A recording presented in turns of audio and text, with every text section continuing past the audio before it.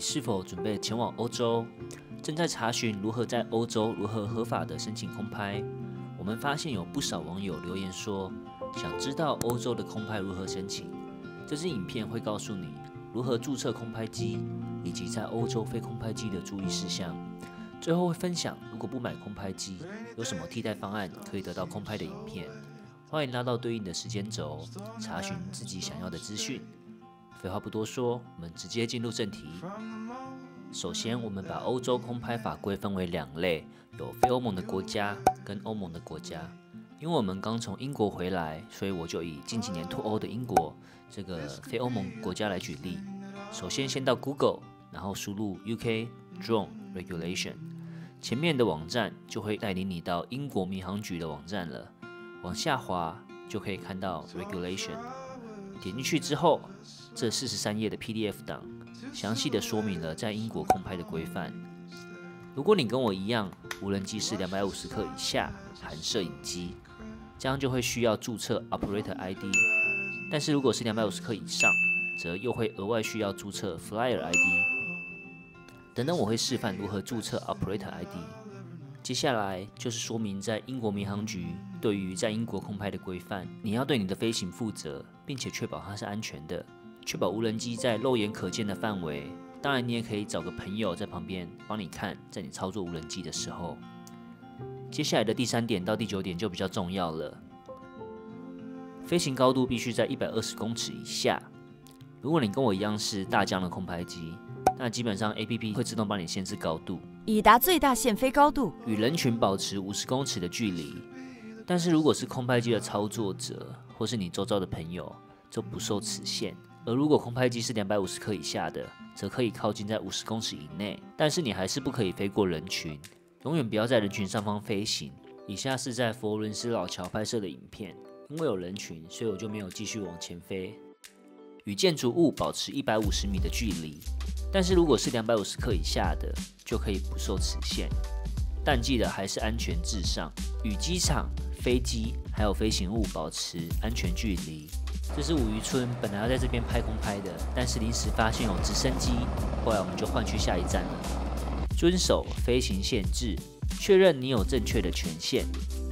有些特殊的活动，像是荷兰的库肯霍夫，虽然地图是没有限制区，但是主办单位他们在网站就明说了，考量到游客的安全，所以全区禁飞。还有像是法国的巴黎，全市禁飞。违者要罚75000欧元，换算台币大概是260万。以下还有很多的规范，建议在出发之前一定要浏览一遍。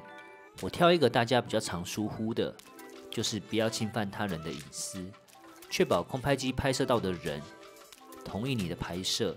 以上差不多就是英国民航局对空拍机的规范了。接下来换欧盟内国家的无人机法规了。根据先前的经验，每个欧盟国家内的法规跟刚刚介绍的英国其实大同小异。幸运的是呢，我们并不需要自己找各国的民航局网站。欧盟航空安全局网站 EASA 里面提供了大部分欧盟政府的注册连结，其中包含了可飞行的区域、注册连结、测验网站、特殊区域解禁申请等等。接下来就是如何注册空拍机了。我们上个月去了英国，所以我就顺便把注册的过程录下来分享。因为我的空拍机是大疆的 Mini 2， 重量是250克以下。根据英国民航局的规范，我需要注册一个 Operator ID。付款之后呢，就会拿到一个编号，而这个编号必须要贴在空拍机上。你可以看到我的空拍机上面也有贴有其他国家的编号。接下来就是飞行前的准备了，我分为3个细项：查询可飞行的地图、查卫星跟风速，还有必备的空拍技巧。如果是在欧盟国家的话，刚刚的入口网站里面就有提供可飞行地图的连结了。进去之后呢，查询你要去的地点，就可以出现可飞跟不可以飞的区域了。或是你也可以使用大疆的 APP 查询，我自己是习惯用 Google Map 搭配大疆的 APP 查询。并不是任何时候都适合飞空拍机的，有的时候呢，卫星讯号不佳或是风速过大都不适合。所以我建议在出发前1天再确认一下当天几点适合拍空拍。之前我使用的 APP 是一款叫 UAV Forecast， 但是最近改为要付费才看得到3小时之后的天气状况，所以我就推荐使用另外一款 APP 叫做 Air Data， 它会提供隔天的天气预测，而且它是免费的。当然预测也有可能会失准，但就是多一个参考。千万不要等到在国外才开始练习空拍，建议在出发之前呢，就在你当地的景点多练习，并且熟悉空拍的摄影技巧。以下是我觉得有用的小 tips。练习手动起降，我们很难确保在当地是否有平地，可以让空拍机放在地上起降。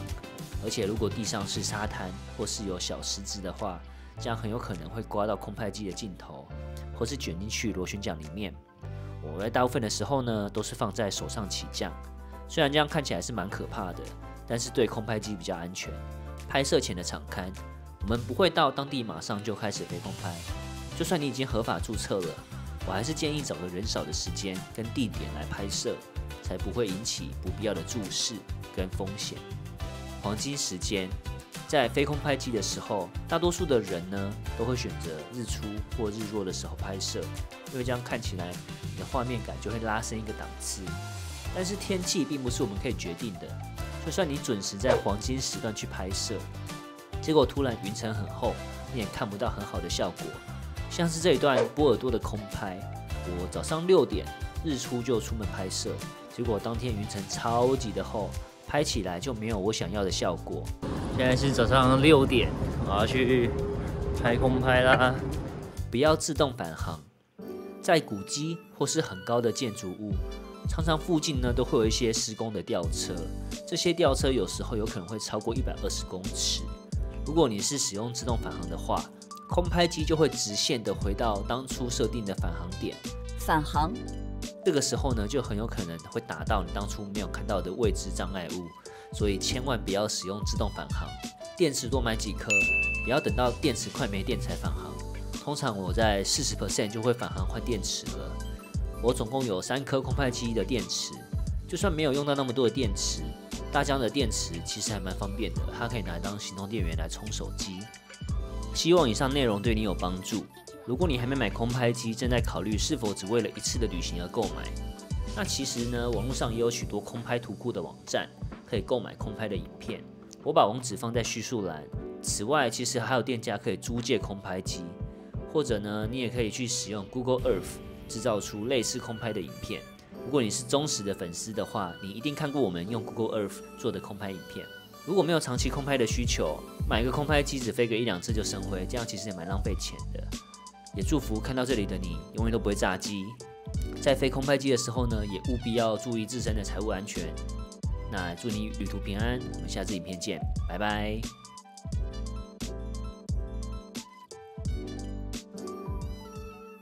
嘿，你还在啊？感谢你看到这边。